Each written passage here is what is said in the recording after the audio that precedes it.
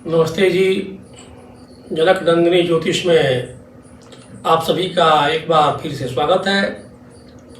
आज का विषय वर्तमान में चल रहे इराक, ईरान, इजराइल, अमेरिका के साथ साथ अन्य जो 6 मुस्लिम राष्ट्र हैं उनके बीच संघर्षों के बारे में चर्चा होगी।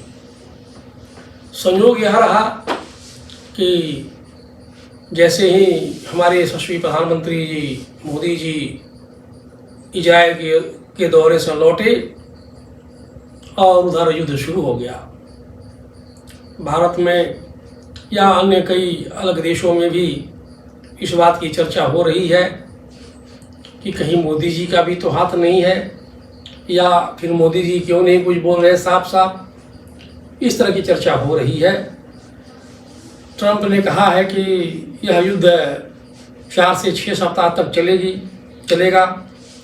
तो ऐसी क्या संभावना हो सकती है ज्योतिषीय दृष्टिकोण से, मैं उसी पर चर्चा करने जा रहा हूँ।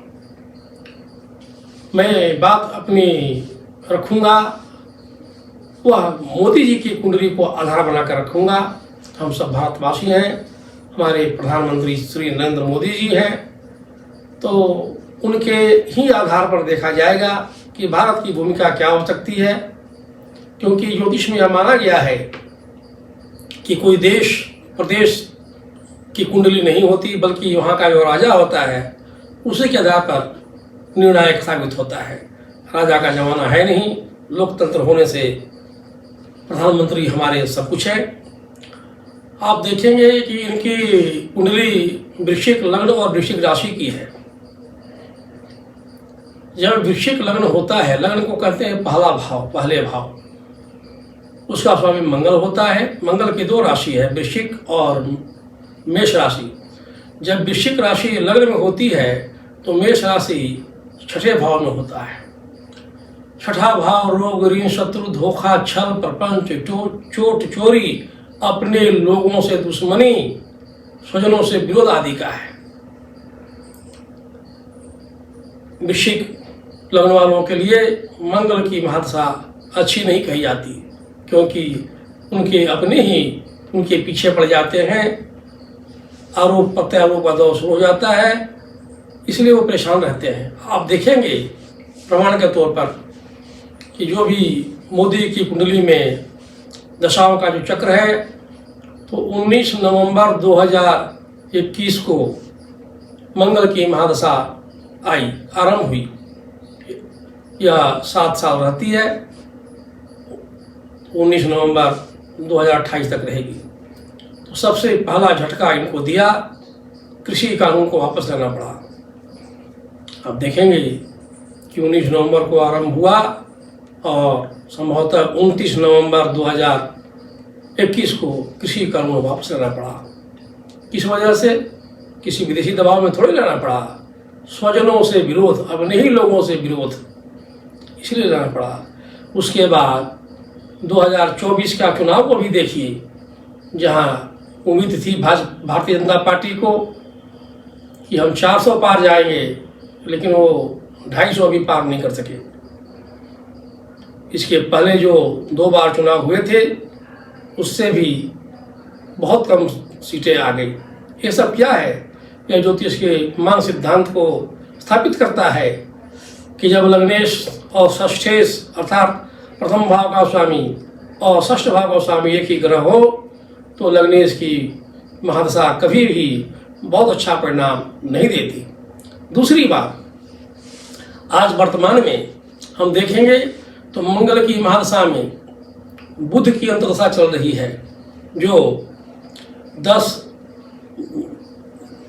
17 मई 2026 तक रहेगी। मंगल और बुध में भी प्रतिद्वंदिता है, घोर विरोध है।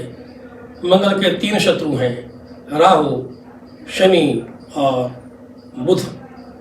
इसमें से राहु की अंतर्दशा निकल गई, शनि की भी अंतर्दशा निकल गई। अभी बुध की अंतर्दशा चल रही है जो 17 मई 2026 तक रहेगी। इसलिए मोदी जी का समय 17 मई 2026 तक के लिए निसंदेह कठिन साबित होगा। अब इसी बीच में प्रत्यंतर दशा को अगर देखें तो 21 मार्च 2026 तक गुरु की प्रत्यंतर दशा है। गुरु और मंगल एक दूसरे के पूरक हैं। गुरु देवताओं का आचार्य है तो मंगल देवताओं का सेनापति है। दोनों में गाढ़ी मित्रता है। दोनों एक दूसरे से मिलजुल कर ही निर्णय लेते हैं। परंतु गुरु इस समय वक्री है, अतिचारी है, वक्री है अर्थात उल्टा चल रहा है। 11 मार्च 2026 को यह मार्गी हो जाएगा। जैसे ही गुरु 11 मार्च 2026 को मार्गी होंगे, मोदी जी की कुंडली के अनुसार जो बुध का नकारात्मक परिणाम मिल रहा है वह समझ लीजिए कि 90% कम हो जाएगा, शांत हो जाएगा। मैं युद्ध की बात के बारे में चर्चा करना चाह रहा था, तो यह है मेरी पहली डेट 11 मार्च 2026 से निसंदेह युद्ध की जो विभीषिका चल रही है किसी भी सूरत में नहीं भड़क सकती, ज़्यादा नहीं भड़क सकती। और मोदी जी निसंदेह उस समय हस्तक्षेप करेंगे। दूसरा हम देखते हैं गोचर। तो गोचर में मंगल जो इनकी महादशा का स्वामी है 3 तारीख को अपने घोर विरोधी राहु के नक्षत्र पे आ गया है। मंगल एकमात्र ऐसा ग्रह है जिसे शनि राहु से भी पापी माना गया है। पूरी ताकत से वार करता है। अब जैसे ही गुरु मार्गी होगा निसंदेह युद्ध की विभीषिका समाप्त होने लगेगी और 21 मार्च के बाद समाप्त हो ही जाएगी। मुझे इस पर कतई भरोसा नहीं है कि ट्रंप साहब जो कह रहे हैं कि 4 से 6 सप्ताह चलेगा, तो नहीं चलेगा। वही नेम शेक के लिए जैसे यूक्रेन और रसिया का युद्ध चल रहा है उसी तरह से संभावना है। मैं इस बात से सहमत नहीं हूँ कि 21 मार्च के बाद भी युद्ध यही स्थिति में रहेगा, बल्कि 11 मार्च से ही इसमें कमी होने लगेगी। दूसरी बात कि जैसे ही 21 मार्च को शनि प्रवेश करेगा प्रत्यंतर दशा में, भले ही मंगल और शनि एक दूसरे के विरोधी हों, लेकिन मोदी जी की कुंडली में शनि लाजवाब परिणाम देने वाला है। तो 21 मार्च 2026 से हमारे प्रधानमंत्री नरेंद्र मोदी जी का नाम, यश, सम्मान, ख्याति विश्व स्तर पर अभी तो है ही, पुनः एक बार डंका बजने लगेगा। और 17 मई 2026 को जब बुध की अंतर्दशा समाप्त होगी, केतु की अंतर्दशा आरंभ होगी, अंग्रेजी में कहते हैं कि बाउंस बैक, तो हमारे मोदी जी यही करेंगे और वास्तव में ये विश्व के महानतम नेता के रूप में स्थापित हो जाएंगे। वह भी इसी वर्ष जिसका आरंभ 17 मई 2026 से होगा। यदि मेरी बात से आप लोग सहमत हों या अच्छा लगे तो उसे लाइक कीजिएगा, सब्सक्राइब कीजिएगा। धन्यवाद।